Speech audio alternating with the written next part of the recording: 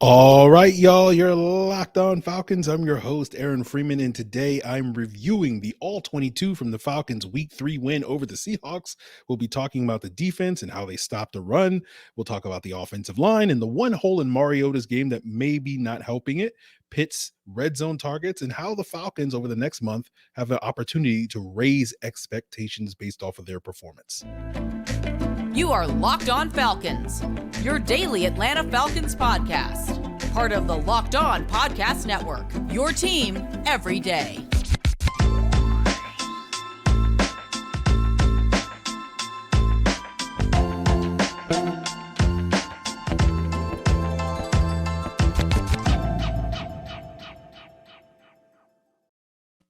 So, guys, you know me. I'm Aaron Freeman, a.k.a. Sirius Black, a.k.a. Mr. Drew, a.k.a. your very humble podcast host here of this illustrious Locked On Falcons podcast, part of the Locked On Sports Atlanta podcast family.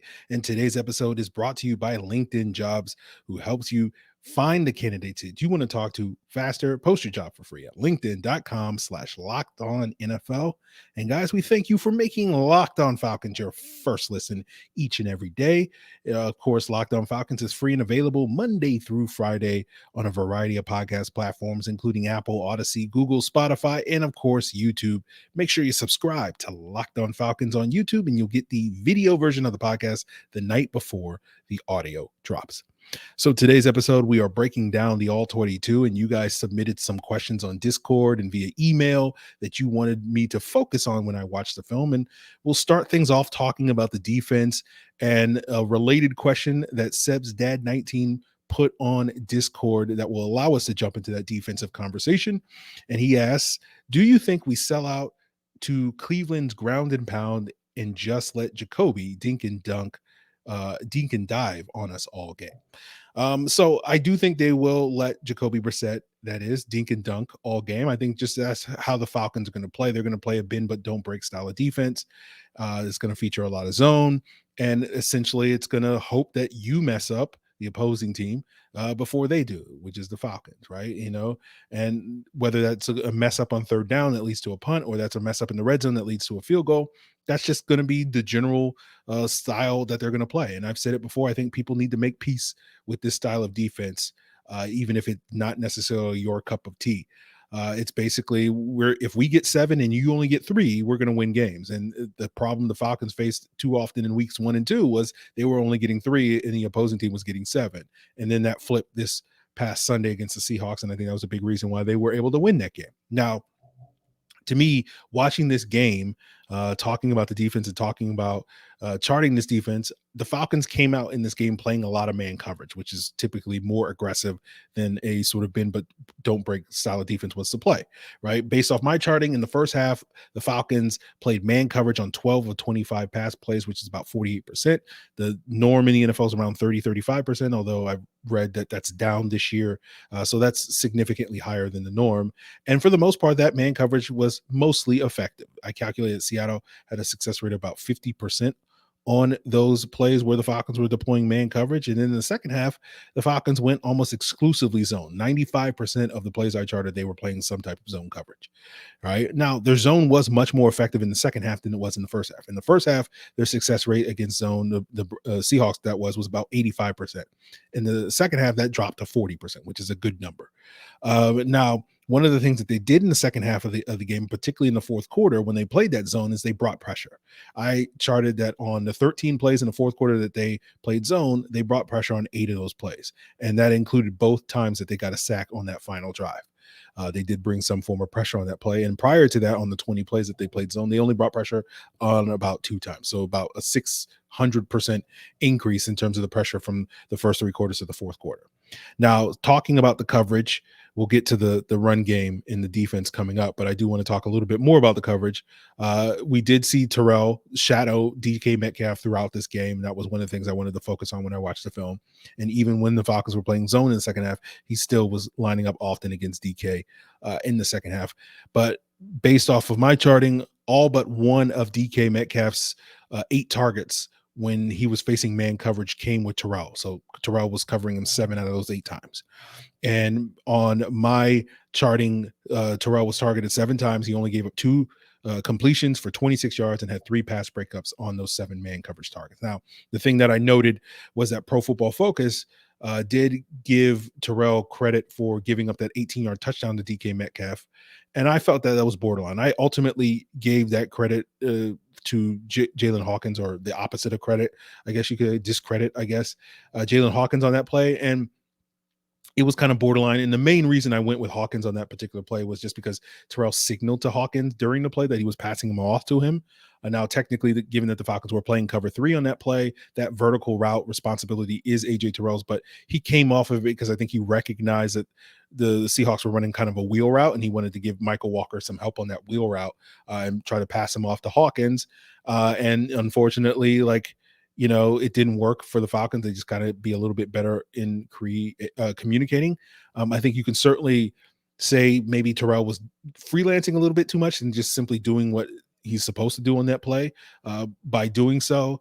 But the fact is that Hawkins almost made it there. He was basically a half step too late to break up that pass in the end zone to Metcalf. So I mostly feel good about that. They just got to be a little bit better on that communication there. But moving to the run defense, so we can talk a little bit more about this upcoming matchup against Cleveland. One of the things that we noted was that Seattle had a lot of success running the football against the Falcons. And the thing I noticed charting that in particular was that, the heavier the Falcons boxes, which is usually the case throughout the NFL, the better they were against the run. And it did seem like particularly early in the game, especially on that opening drive where Seattle came out with a lot of 12 personnel, that Seattle had a lot of success running when they were in 12 personnel. Which prompted the Falcons to try to play some form of base defense. That prompted them to play more of that 2-5 front rather than your standard 3-4 front, where they had 3 inside linebackers, and Troy Anderson was essentially playing as a stack Sam linebacker in those situations. Now, as the game wore on, Seattle ran more out of their 11 personnel, and that seemed to be a better fit for the Falcons, and they were doing a better job slowing that down. Although if you look at the numbers on paper, Seattle had more yards and a higher yards per carry, but most of that was due to 2 explosive runs that they had in the second half, which was a 16-yard draw play to DJ Dallas and the 21-yard jet sweep to Kenny Walker. But the other thing I noticed is that when the Falcons had 3 down linemen on the field, they did a better job stopping the run. Seattle's success rate when the Falcons had 3 down linemen was about 44%, and they averaged about 3.4 yards per carry. When the Falcons only had 2 or less down linemen, their Seattle success rate was 53%, and they averaged about 5.3 yards per carry. And that 3 down number would be better without that 21-yard jet sweep from Walker, as well as a couple of successful runs in short yardage situations. So basically, when it wasn't short yardage or it wasn't a jet sweep to Walker, basically the Falcons only gave up a 20% success rate with 3 down linemen and only 0.6 yards per carry on those plays. And so what happened, what we saw more often when the Falcons had 3 down linemen, which is usually the case in this league, where you saw more guys being penetrating and defeating their blocks, right? Whether it's coming off the backside or those things when 3 down guys were on the field than when there were 2 down. But when they did have positive run defensive plays with 2 guys, it was because of penetration and all that stuff. And so I want to see more of Rush and Jared and Graham and Ebiketie and all those guys penetrating. And that's not really a huge revelation in this league, right? Whether we're talking about the offense, running the football, or talking about the defense, is really about execution, right? For the offense, it's getting a hat on a hat, and for the defense, it's avoiding getting that hat on the hat. And thus you will prosper if you can do those things. But against Cleveland, I would like to see a point I reiterated on Monday's rapid reaction, more 3 down linemen on the line of scrimmage in order to beef up against the NFL's number 1 rushing attack. And we even saw some snaps where Ade Ogundeji and Lorenzo Carter had their hands in the dirt, playing more as a traditional D end and an outside linebacker. And in fact, Ade's best play in this game came on a 3rd and 2 in the second quarter, where he had his hand in the dirt and beat a block to string out a run there. So I'm hoping that we see a lot of snaps for the Falcons' 4 interior defensive linemen with Jared and Graham and Rush and Anderson, more than we've seen in these first couple of games. And to be honest with you, I feel pretty good about that force. I'm much better about that that foursome than I thought I would going into the season. Timmy Horn is kind of but he's out there. Basically give him 10 snaps to keep the other guys fresh, but hopefully we will see a lot more of that foursome than we have seen this last couple weeks. And I think the Falcons will do better slowing down this Browns rushing attack, the more beef they have out there against the run, and then they have it in the last couple of games. So we'll see if they live up to those expectations, and we'll continue today's episode talking about the offensive line, sort of who's responsible for the sacks the Falcons gave up, and why Drew Dalman's poor snapping issues could potentially disappear if the Falcons were to make a quarterback change. And we'll get into all of that as we continue today's episode, guys. But before we get there, I want to tell you about a place where you can find people that are going to help you win this fall, like the Falcons are finding those folks to win this fall. And unfortunately for the NFL, there's no LinkedIn.com for them, but there is for you. You can create a free job post in minutes on LinkedIn Jobs, which is going to reach the world's largest professional market of over 800 million people. LinkedIn Jobs is going to help you spread the word that you're hiring. It's going to give you simple tools like screening questions. So it's going to make it easy for you to focus on the candidates with the right skills and experience so that you can quickly prioritize who you're going to interview and hire. It's why small businesses rate LinkedIn Jobs #1 in delivering quality hires versus leading competitors. LinkedIn Jobs is going to help you find the candidates you want to talk to faster. And did you know that every week, nearly 40 million job seekers visit LinkedIn? Just post your job for free at linkedin.com/lockedonnfl. That's linkedin.com/lockedonnfl to post your job for free. Terms and conditions apply. So, guys, before we continue today's episode talking about the offensive line, I just want to take a moment to let you guys know, why not subscribe to Locked On Falcons on YouTube? We've passed 3,000 subscribers.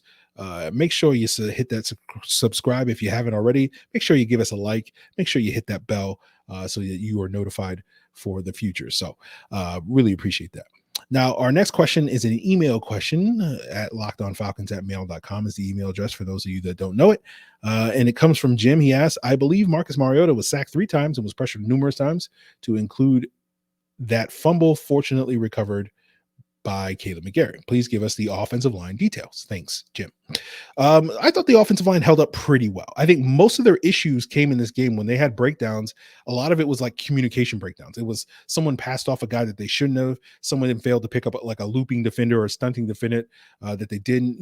There were blitzes where there were unblocked pressures where the team didn't recognize the blitz. So those are things that you wonder, how much of that is related to having a new starting center and having some communication errors between him and the quarterback, those various things. But going from left to right, I charted in pass protection. Matthews gave up 2 hurries. Gossett gave up a hit, although he also give up another pressure on a play that was nullified by penalty, so it doesn't officially count in stat sheets. Dalman gave up 1 of the sacks, the second one. Lindstrom gave up 2 hurries and a quarterback hit, although 2 of those 3 plays where he got beat were miscommunications. Only 1 of them involved him getting beat directly. And then I had no pressure given up by Caleb McGarry in this game. Now, the first sack was just basically an unblocked pressure on a blitz, right? The Falcons just simply didn't see it coming. The second one, as I said, was Dalman and he just basically passed off a player that he shouldn't have, and that guy basically came free unblocked. And then the third sack, which involved McGarry pushing the blitzer wide of the pocket, I think it was a cornerback blitz, that to me was on Mariota. Right. I just think he held on to the ball too long. Right. That you got to know that blitz is coming and he had too slow a clock in his head. Right. I think he either needs to do one of 2 things on that play. I think he needs to pull the trigger on the deep ball. I think it was Drake London. And I think that deep ball was there if he wanted to, because the Seahawks were in cover 1 and basically running a go route. I think it was Drake London. It could have been Kadero Hodge. It's hard to tell sometimes when you're not paying attention.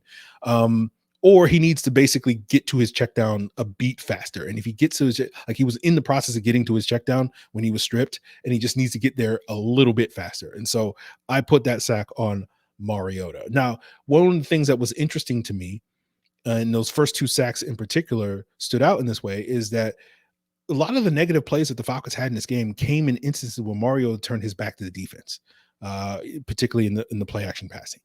You had the first 2 sacks where he turned his back to the defense. The interception he threw at the end of the first half came when he turned his back to the defense. And there were a couple of other times where he turned his back to the defense, and when it was time to get his head around and throw a football, he tucked in and ran it instead of, looking downfield and keeping his eyes downfield to see an open receiver down the field. So that was one of those things I noticed. Like, it seemed like the Falcons made a concerted effort in this game to ask Mariota to, when they were using play action, they would use that sort of read option stuff so he wouldn't have to take his eyes out the field. And so he would basically, present the ball and the running back would run past him and pull it back and then throw it, rather than the traditional under center stuff where you sort of turn your back to the defense and you fake the handoff. Or there were a couple of times where he was in shotgun or in the pistol and he would sort of quickly turn his back to the defense and fake the handoff or whatever. And that leads us to our next question. It's kind of semi-related to our next question. It comes from FalcFan902 in the Discord. He asks, can you look into the snap situation? What things are you seeing that is causing the juggle on shotgun snaps? And there's not much to it, Falc fan. It's just basically Dalman's a bad snapper. Like, this was an issue for him at Stanford. It's been an issue for him in the pros, and hopefully it gets better with more reps. But given that it's been an issue for him in the past, I'm not going to necessarily expect it to be night and day better. Now, again, this is something I've paid attention to when I've evaluated centers, basically due to the Mike Person experience. And what was notable to me when much ado was made about Mike Person's bad snapping back in 2015, one of the things I always said was, like, 99% of the time Mike Person snaps is a non-issue. It's only that 1% of the time where it showed up. And, that's an acceptable, I know to most fans, it's like your job is to snap the football. Like, 99% success rate is still unacceptable. But, for me, like, it's an issue, but, like, I'm not going to sit here and act like this is the thing that's holding back the team.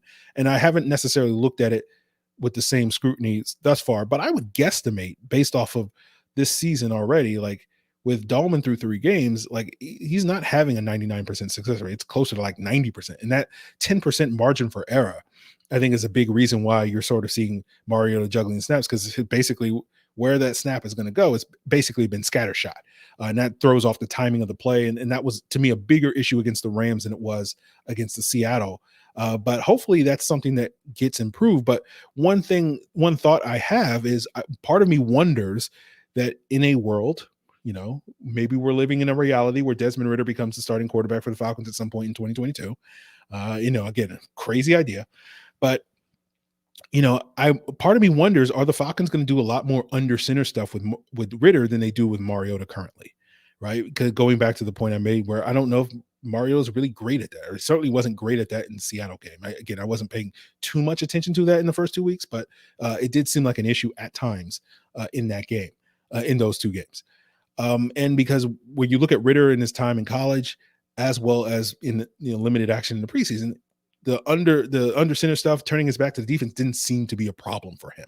Right. Most of his issues came just when the straight up drop back where, pressure was in his face, as opposed to turning his back to the defense. And so part of me wonders that in the future, in an alternate reality where the Falcons are starting Desmond Ridder at that quarterback position, part of me wonders, like, would this problem be somewhat mitigated by Desmond Ridder being the starting quarterback? Because you're going to see a lot less frequency of shotgun snaps. And so, maybe then it does become a 99% or a 1% problem under those situations. So that's just something to keep an eye on moving forward. Again, just something I'm spitballing with.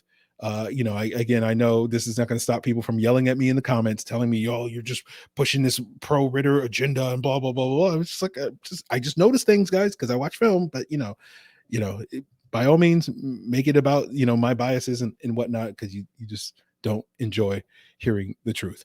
But speaking of truth, we'll get into the conversation about Kyle Pitts' red zone targets. We'll talk about why Deion Jones won't be a tight end racer when he comes back to the lineup, if he comes back to the lineup, and why the next month of football will tell us a lot more about this Falcons football team ceiling than what we've seen in the first 3 weeks. And we'll get into all of that as we continue today's Locked On Falcons All-22 Q&A review episode. But before we get there, guys, I do want to plug the Locked On Sports Atlanta podcast, where you can find 3 shows with 4 hosts. You got A to Z with Mark Zinno, Hitting Hard with John Chuckery, and ATL Day Ones with Jarvis Davis and Tanisha Batiste. And they're all covering the local sports teams as well as the national sports headlines, all in the same podcast feed, which you can find wherever you get your podcasts, including on YouTube. And if you subscribe to Locked On Sports Atlanta on YouTube, you will get the Locked On Braves postcast, the Locked On Falcons postcast, where Jarvis and I will be breaking down every Falcons win, loss, and tie this season live Sunday immediately after the game. So make sure you subscribe to Locked On Sports Atlanta on YouTube, hit that bell, give them a like, all that stuff, so that you know when we go live for that Locked On Falcons postcast. I know a lot of you guys have been commenting how much you guys love the postcast to get that feedback immediately after the game. So if you haven't checked those out, by all means, check them out by checking out Locked On Sports Atlanta. So our next question comes from Innis31 on the Discord. He asks, it seems that the Falcons have some issues guarding tight ends. Once Deion Jones comes off of IR, would it be beneficial to have a defensive package to have him on the field to man up tight ends / running backs out of the backfield? Without watching film from previous years, it seems he was always a running back eraser. For example, Alvin Kamara, Christian McCaffrey, etc. Could that transform into a tight end eraser? Love the pod. Keep up the great content. Appreciate it. And this, no, the issue with Deion Jones was, you're right, he was a running back eraser, but he's not really been that great covering tight ends in the years, at least since I've been charting defense going back to 2019, right? When you look at man coverage stats that are charting against tight ends, they have a success rate against Deion Jones about 55% on 11 targets for only 53 yards. So he's not giving up big plays in that situation, but quarterbacks have a passer rating of 107 against them when he's covering a tight end in man coverage.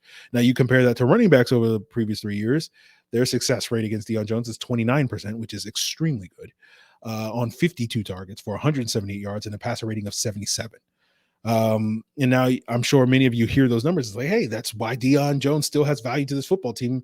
The problem was those coverage stats, his coverage stats against running backs was really bad in 2021. It was incredible in 2019 and very good in 2020. And so I think a lot of it has to do with the change in scheme. And so that running back erasing ability did not exist in 2021. And so one wonders if it will return in 2022. Who knows? But this is part of the reason why you're kind of hoping, if you're Deion Jones or want to see him prosper, you're kind of hoping he gets traded to a team like the Jets, the Cowboys, or the Rams that have coaching staffs that are familiar with how to utilize him, that can maybe get that ability out of him, which I don't know if the Falcons necessarily have that. But my last thought on Deion Jones is, like, I I'm not trying to be a hater or anything like that, but I just don't get why we're putting any effort into trying to salvage him. Wouldn't it be better in the long run if Troy Anderson gets all those snaps, even if he struggles in those situations, as we saw him give up a touchdown to Will Disley in the Seattle game? Like, I'll take the development of Troy Anderson over trying to salvage to make Deion Jones a reclamation project before cutting him next offseason. So I don't know. That's just me. Our next question comes from Clement on the Discord. For this week, if you do a mailbag, could you tell us more about Ebiketie and Malone? Since the first game, they have been pretty much a non-factor from what I saw. Did you see anything more promising than that? So yeah, the first week, obviously Ebiketie had that impactful play as a pass rusher. Since then, he's been relatively quiet. I think he's been working. It feels like he's getting close there, and this is sort of the nature of having a young pass rusher who's still trying to figure out things and what moves it can work and all these various things. So I'm hoping that he'll have a breakthrough. As for Malone, he's been fine in limited opportunities, like nothing to write home about as a pass rusher. He's had a little bit more impact as a run defender, but he's also been out of position as a run defender. So he's made some rookie mistakes is basically the point I'm trying to make. So, like, they're still working through stuff. So yeah, they haven't done a whole lot these last couple of games, but still a lot of football left to be played. So still room for optimism. Marcus Wright asks, why can't we seem to target Pitts in the red zone? So the Falcons against Seattle, the Falcons only had four pass plays in the red zone. And two of them were designed to go to Kyle Pitts. So one was on the opening drive. It was that throwaway where the defender held Kyle Pitts, and had he not held him, the ball probably went to Kyle Pitts, who would have scored on that particular play. I noted in the rapid reaction and confirmed on the film that Mariota did miss an open Olamide Zaccheaus on that particular play.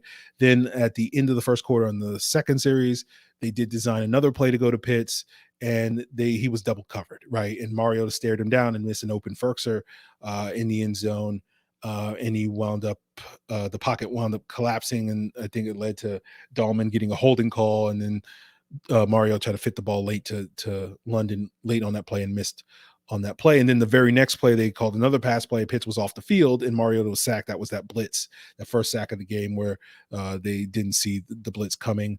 And then late in the game, the other passing play was the London touchdown, right? Where basically Seattle blitzed again. It was a hot read. London was a hot read, and Mariota hit him. And that was like the best play that Mariota, I mean, one of the best 3 throws I think Mariota has made so far this season. So despite, throwing him under the bus earlier on the episode, I'll give him his due. And so hopefully he's going to build off of that. And so it goes back to the point I've made several times on the podcast now, like Pitt's lack of red zone targets is not because they haven't been calling plays for him. It's just he hasn't been getting the ball.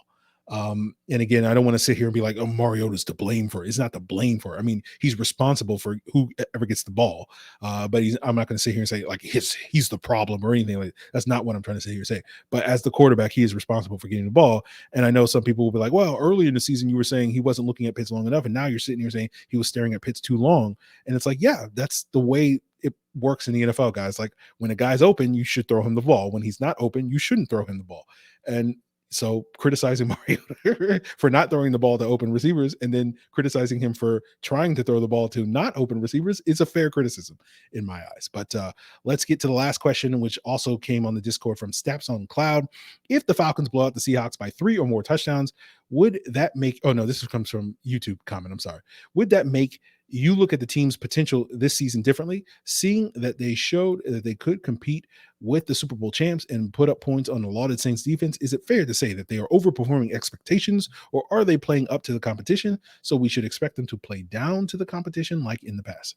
So obviously this question came before the Seattle game, and obviously the Falcons did not blow out the Seahawks. But I do think in the light of this question, I do think the next 4 games are going to tell us a lot more about what this team's potential is, and could certainly change my expectations and my outlook for this team this season, how they perform over the next 4 games, right? The thing I like about this team is they've been very competitive in these first 3 games. They played up to the quote unquote superior competition in those playoff teams in the Saints and Rams, which is something we did not see last year at all, really. And they didn't really play down to their quote unquote inferior competition in Seattle, right? Like there were too many games last year against lesser opponents, like the Giants game and the Lions game, where the Falcons played like crap for 3 quarters and then figured it out in the 4th quarter and found a way to win that game. They did not play like crap against Seattle for 3 quarters. They played pretty well. Both teams played pretty well. And fortunately for the Falcons and unfortunately for the Seahawks, the Falcons were able to make the more plays in the end to wind up with the win. And I think the next month for this football team is going to be critical to their overall outlook this season, more so than the last 3 weeks, right? Right now, sitting here a month ago, I would have looked at these week 5, week 6, week 7 matchups. Obviously, they have a winnable game against the Browns in week 4, but week 5, they play the Bucks. 6, they play the 49ers, and 7, they play the Bengals. And a month ago, I would have looked at these games like, yeah, they have no chance of winning these games. Now I sit here and I say, like, these games are at least plausibly winnable, right? That it's not just an automatic L for the Falcons, as I would have thought a month ago. And I think that's a credit to how competitive this football team has been. I think that's a notion to the fact that all 3 of those teams have not quite lived up to expectations. All 3 of those teams, Tampa Bay, San Francisco, and the Bengals, are teams that not only have playoff aspirations, but also have Super Bowl aspirations, and they haven't quite lived up to that. Now, I think the thing that we notice every year, there are some teams that come out hot in September and then kind of fade away in October. There are some teams that come out slow in September and kind of build up steam in October. And I wonder if the Falcons, the 49ers, the Bucks, the Bengals, et cetera, fit into any one of those 2 sort of categories this year. And we'll find out over the next couple of weeks. But I think if the Falcons are very competitive in those upcoming games against those quote unquote superior opponents that they're not supposed to win, I think that will be a very strong indicator that they may be much better suited to winning more games in the back half of the schedule than people like myself who had them predicted them to start 2-5 with wins over Seattle and Cleveland before the season and to finish 5-12. That maybe that number will go up. And that's one of the things I've said before was like, right now, based off of what we've seen, like I feel better about the process, even if I don't necessarily feel better about the results in terms of looking at the win-loss record. And I think if this team can outperform my expectations over this next month and not only be competitive, but potentially win, more than this upcoming game against the Browns, that will certainly change the narrative in terms of process and results. And so, when it comes to the quarterback conversation between Mariota and Ritter, like, for you Mariota stands, you want to see this team being very competitive. You want to see this team win games over the next month, because that's going to be the thing that's going to keep, that long leash on Desmond Ritter's grip on this starting quarterback, rather than seeing, the expected or predicted phase out or switch to Desmond Ritter at some point in the month of November. So October is going to be critical. That if the Falcons can win games, be competitive in even in their losses, as well as Mariota playing a much cleaner grade of football, I think that will be much to the chagrin of the very pro Ritter segment of the fan base, which I'm definitely not part of that group. I don't know who those people are. But much to the chagrin of those people, like, we could see Mariota, his leash extend into the month of November, and certainly we look at a number of those games in the month of November as very winnable for this football team. And so, and then we may be looking at a team, rather than being a team that has like 4 or so wins, heading into the week 14 bye. Maybe this is a team that has 6 or 7 wins heading into that bye. And all of a sudden that's a legit playoff team if they can, maintain in the back month of the season, as opposed to a team that's only got 4 or 5 wins, which is pretty much mathematically eliminated from the playoffs. At that point in time. So we'll see how it all plays out. And so I'm eager to see what team shows up. Do the Falcons continue this momentum and build off of this momentum, or do they kind of do the thing of many a team, which is, pretty strong start, and then they fade once they get into the quote unquote real competition in the season. So that will be interesting. The thing that we notice about this league, and part of the reason why that happens is, teams get tape on you and they make adjustments, right? That first month is like, okay, we're still trying to figure out what everybody's doing. And then it's about, okay, that second month is like, can you make the adjustments once the opposing teams make their adjustments? So we'll see, and I look forward to having those conversations as we continue on Locked On Falcons for the coming days and weeks. Make sure you are subscribed to Locked On Falcons. Of course, if you want to submit questions for future Q&As, you can do so via Twitter or Facebook at Locked On Falcons. You can send an email to lockedonfalcons@mail.com. You can leave a comment here on the Locked On Falcons YouTube channel, or you can jump into the Locked On Falcons Discord. And I don't want to play favorites or anything like that, but I will make a bigger effort, certainly, to answer the Discord questions moving forward than a lot of other questions. So, that's a great opportunity. That's incentivizing you guys to join the Discord and get involved in the conversation. So there you have it. And we thank you guys for checking us out as your first listen. Tomorrow, as your first listen, make sure you check us out for the crossover Thursday with Locked On Browns co-host Jeff Lloyd. And then, of course, later in the week, we'll be joined by Jarvis Davis to get the keys to victory. And, after you've made Locked On Falcons your first listen, by all means, check out Peacock and Williamson as your second listen, in addition to Locked On Sports Atlanta, Locked On Hawks, Locked On Bulldogs, Locked On Braves. Peacock and Williamson is giving you a lowdown on all 32 NFL teams. So, guys, really appreciate it. Till then.